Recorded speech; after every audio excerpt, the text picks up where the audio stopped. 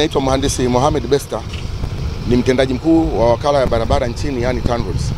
Kama tunavyofahamu, sasa hivi nchi yetu imeingia katika kipindi cha mvua, na kipindi hiki huwa kinakuja na athari zake, pamoja na kwamba mvua ni neema ambayo inatuletea mazao, lakini vile vile kwenye miundombinu inaweza ikaleta athari sehemu chache katika miundombinu yetu.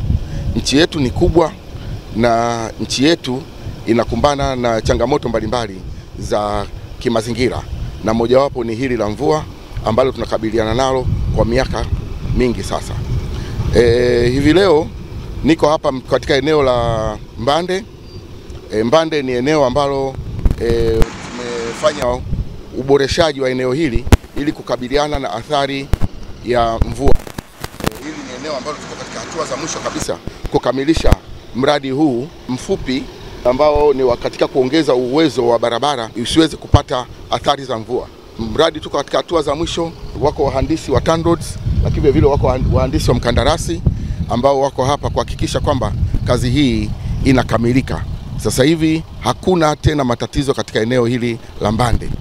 Lakini vile vile napenda kuwasiliana na umma kwa ujumla kwamba kuna maeneo ambayo yameathirika zaidi nchini mwetu katika mvua hizi za siku chache, ikiwemo mkoa wa Njombe katika barabara Itoni Lusitu, lakini vile vile mkoa wa Ruvuma, mkoa wa Mbeya, Arusha, na baadhi ya maeneo yaliyoko katika mkoa wa Rukwa na Katavi. Athari zingine ni ndogo za kiwango tofauti, lakini kuna maeneo mengine athari zake zinatokana na kwamba kuna ujenzi unaendelea. Kwa mfano barabara ya Itoni Lusitu ambayo mkandarasi bado yuko site na kazi itaendelea.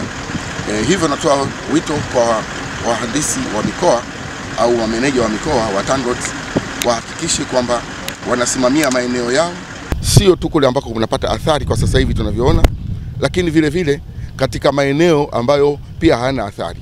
Tuna muongozo wetu wa kukumbana unaitwa Emergency Response Manual, ambayo yani ni muongozo wa kuitika kwa dharura pale ambapo changamoto za kimazingira zinapojitokeza.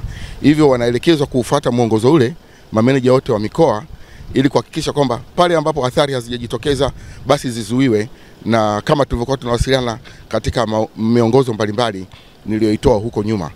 Hivyo napenda kuwatoa wasiwasi wananchi kwamba tutaendelea kufanya kazi na mameneja wa mikoa hiyo ambayo imeathirika wako kazini saizi ili kuhakikisha kwamba huduma ya usafiri na usafirishaji wa wananchi, mazao na magari unaendelea bila kupata athari kubwa zaidi.